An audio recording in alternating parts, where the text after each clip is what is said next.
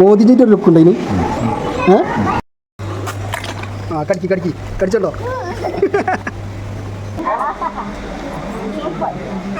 ഇവിടെ നോക്കിയേ, ഇവിടെ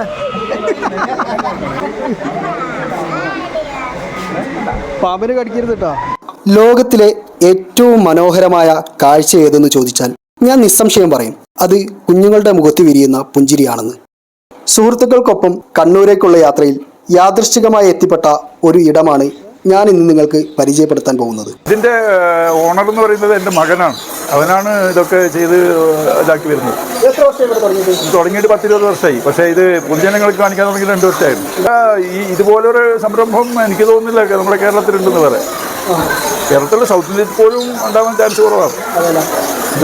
ഇത് നമ്മൾ ഉണ്ടാക്കിയതല്ല, ആയിപ്പോയതാണ്.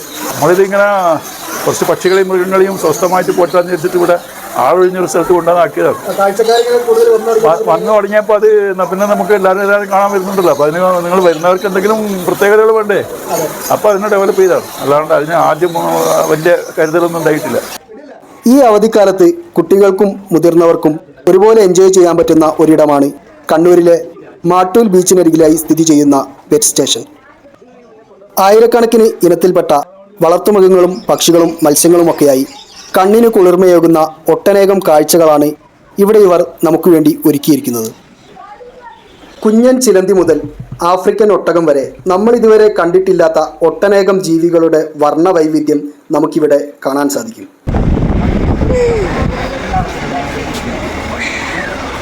കൊച്ചുകുട്ടികൾ വരെ പാമ്പിനെ എടുത്ത് കഴുത്തിലിടുന്നത് കണ്ടപ്പോൾ കൗമാരക്കാരനായ ഞാനും എടുത്തണിഞ്ഞു നല്ലൊരു പാമ്പുമാല. 150 രൂപയുടെ ടിക്കറ്റ് എടുത്താൽ ജീവികളെ കാണാൻ മാത്രമല്ല മൃഗങ്ങൾക്കും മീനുകൾക്കും തീറ്റ കൊടുക്കാനും പക്ഷികളെയും മൃഗങ്ങളെയും പാമ്പുകളെയും ഒക്കെ തൊട്ടുനോക്കാനും കയ്യിലെടുക്കാനും നമ്മുടെ ഇഷ്ടാനുസരണം ഫോട്ടോ വീഡിയോ ഒക്കെ എടുക്കാനുമുള്ള അവസരങ്ങളും കാഴ്ചക്കാർക്കായി ഒരുക്കിയിട്ടുണ്ട്. കൈ ബാക്കിണ്ടാവും നോക്കിട്ടോ പോകുമ്പോൾ. കയ്യിട്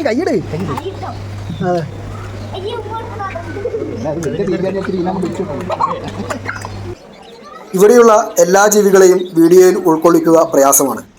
100-150 ഇനത്തിൽ കുറയാത്ത പക്ഷികൾ മാത്രം ഇവിടെയുണ്ട്.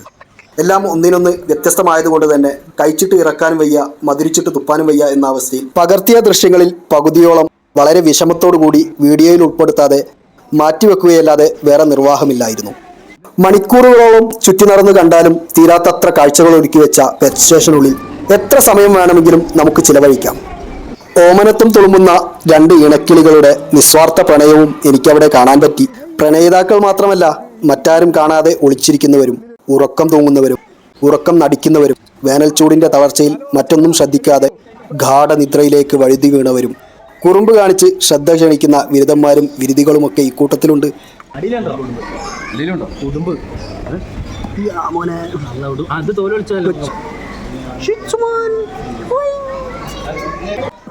വളർത്തുജീവികളോട് കമ്പമൂത്ത ഒരു യുവാവ് തൻ്റെ ഇഷ്ടങ്ങൾക്ക് വേണ്ടി കയ്യിലുള്ള പണം ചിലവഴിച്ചു തുടങ്ങിയ ഒരു സംരംഭം ഈ ഒരു ലെവലിലേക്ക് എത്തുമെന്ന് അയാൾ പോലും കരുതി കാണില്ല. പ്രത്യേകിച്ച് വരുമാനമൊന്നുമില്ലാത്ത ലക്ഷങ്ങൾ വെറുതെ കളയാൻ തയ്യാറുള്ളവർക്ക് പറഞ്ഞ ഹോബിയാണ് മുന്തിയ ഇനം വളർത്തുമൃഗങ്ങളെയും പക്ഷികളെയും വാങ്ങി പരിചരിക്കുക എന്നത്. അവയെ തീറ്റ കൊടുത്ത് പരിപാലിച്ചും രോഗം വരാതെ സംരക്ഷിച്ചും സ്വന്തം കുഞ്ഞുങ്ങളെപ്പോലെ കൊഞ്ചിച്ചും ലാളിച്ചും ചിലപ്പോൾ ചിലതൊക്കെ ചത്തുപോകുമ്പോൾ കുടുംബത്തിലെ ഒരംഗം നഷ്ടപ്പെട്ടതുപോലെ സങ്കടപ്പെട്ടും നടക്കുന്നവരെ ഒട്ടുമിക്ക ആളുകളും പുച്ഛത്തോടുകൂടിയേ കാണാറുള്ളൂ.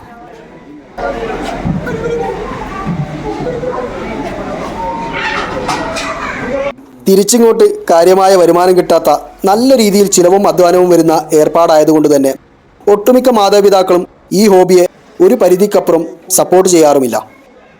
അങ്ങനെയൊരു സാഹചര്യത്തിൽ ഒരു ചെറുപ്പക്കാരന് അയാളുടെ ഹോബി ഈ ഒരു ലെവലിലേക്ക് എത്തിക്കാൻ കഴിഞ്ഞെങ്കിൽ അതിൻ്റെ യഥാർത്ഥ ക്രെഡിറ്റ് കൊടുക്കേണ്ടത് അയാളുടെ വീട്ടുകാർക്കും മാതാപിതാക്കൾക്കും തന്നെയാണ്.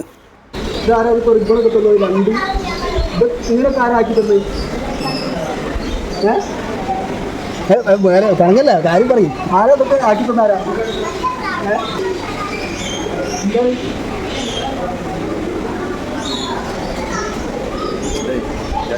മുടിയൊന്നും തെക്കടില്ല അല്ലേ? ഇതൊക്കെ ആരാണ് ഇതൊക്കെ ഇത്രയും പണിയൊക്കെ ആരാ തലമുറ എടുത്തതെന്നുള്ളതാണ്. ഇതൊക്കെ നിന്നെടുത്തിട്ടല്ലേ ഇതിനൊക്കെ ഇതൊക്കെ നിന്നെടുക്കേണ്ട ആവശ്യം എന്തെങ്കിലും ഉണ്ടോ?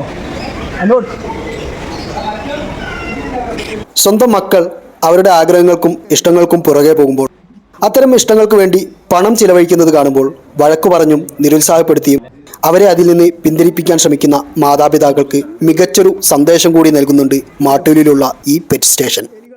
സുന്ദര ഇവിടെ നോക്ക്. എന്താണ് ബാബേട്ട, നിങ്ങൾക്ക് നമ്മളൊരു മൈൻഡും ഇല്ല. മോദിജിൻ്റെ ഒരു ലുക്ക് ഉണ്ടതിന്. എനിക്കൊരു വിഷമമാവും മോദിജിൻ്റെ ലുക്ക് ഉണ്ട് പറഞ്ഞു കഴിഞ്ഞാൽ.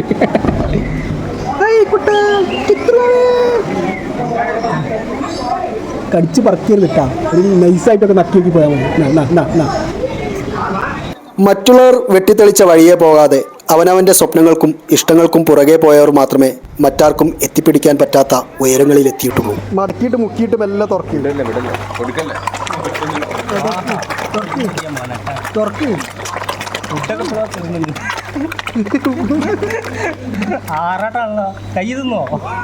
ചുംബന സമരം.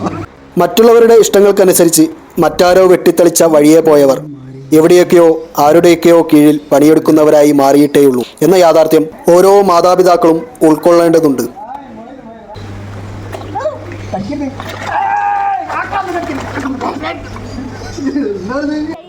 കുഞ്ഞുങ്ങൾക്ക് നല്ലതും ചീത്തയും പറഞ്ഞുകൊടുത്തു ജീവിത മൂല്യങ്ങൾ പകർന്നു നൽകുന്നതിനൊപ്പം പഠിക്കുന്നവർക്ക് കൂടുതൽ നന്നായി പഠിക്കാനുള്ള പ്രോത്സാഹനം നൽകിയും കളിക്കുന്നവർക്ക് കൂടുതൽ നന്നായി കളിക്കാനുള്ള പ്രോത്സാഹനം നൽകിയും പാടുന്നവർക്ക് കൂടുതൽ നന്നായി പാടാനുള്ള ആത്മവിശ്വാസം നൽകിയും അവരുടെ ഇഷ്ടങ്ങൾക്കൊത്ത് ജീവിക്കാനുള്ള പ്രചോദനം നൽകി മുന്നോട്ട് നയിക്കാൻ ഓരോ മാതാപിതാക്കൾക്കും സാധിക്കട്ടെ എന്ന് ആശംസിച്ചുകൊണ്ട് നിർത്തുന്നു.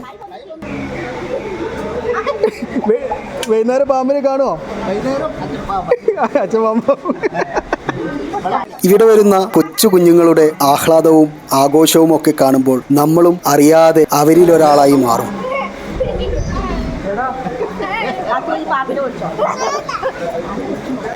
ഷിറ്റ്സോ, മിസ്റ്റർ ഷിറ്റ്സോ, how are you? റിബണൊക്കെ ഇട്ടെടുത്തിക്കണല്ലോ ആർക്കോ.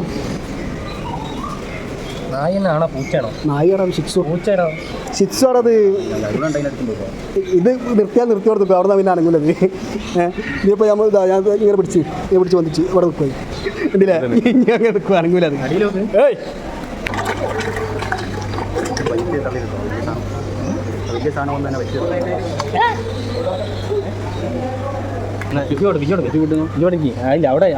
കൊണ്ടോ അതെ അത് കയ്യിൽ വെച്ചിട്ട് ഇങ്ങനെ പൊക്കി അതെല്ലാം മുക്കി. എന്താണ് ഇവര്? ഞാൻ അപ്പുറത്ത് ചെല്ലേ. ചെറുപ്പത്തിൽ കാണാൻ സാധിക്കാതെ പോയ കാഴ്ചകളും അനുഭവങ്ങളും ആസ്വദിക്കാൻ കിട്ടിയ അവസരം ഞാനും പാഴാക്കിയില്ല.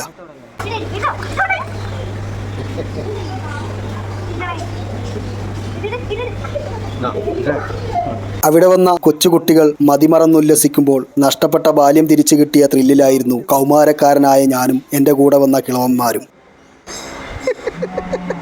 നമ്മൾ വെറുതെ ഓരോന്ന് ആഗ്രഹിച്ചാൽ മാത്രം പോരാ, നമ്മുടെ ആഗ്രഹങ്ങളെയും ഇഷ്ടങ്ങളെയും ഏറ്റവും മനോഹരമാക്കി പ്രാവർത്തികമാക്കിയാൽ ഈ ലോകം മുഴുവൻ നമ്മുടെ ഇഷ്ടങ്ങളോടൊപ്പം ആർത്തുല്ലസിക്കുന്നത് കാണാം എന്നൊരു സന്ദേശം കൂടി നൽകുന്നുണ്ട് മാട്ടൂലിലെ പെറ്റ് സ്റ്റേഷൻ ഉടമ.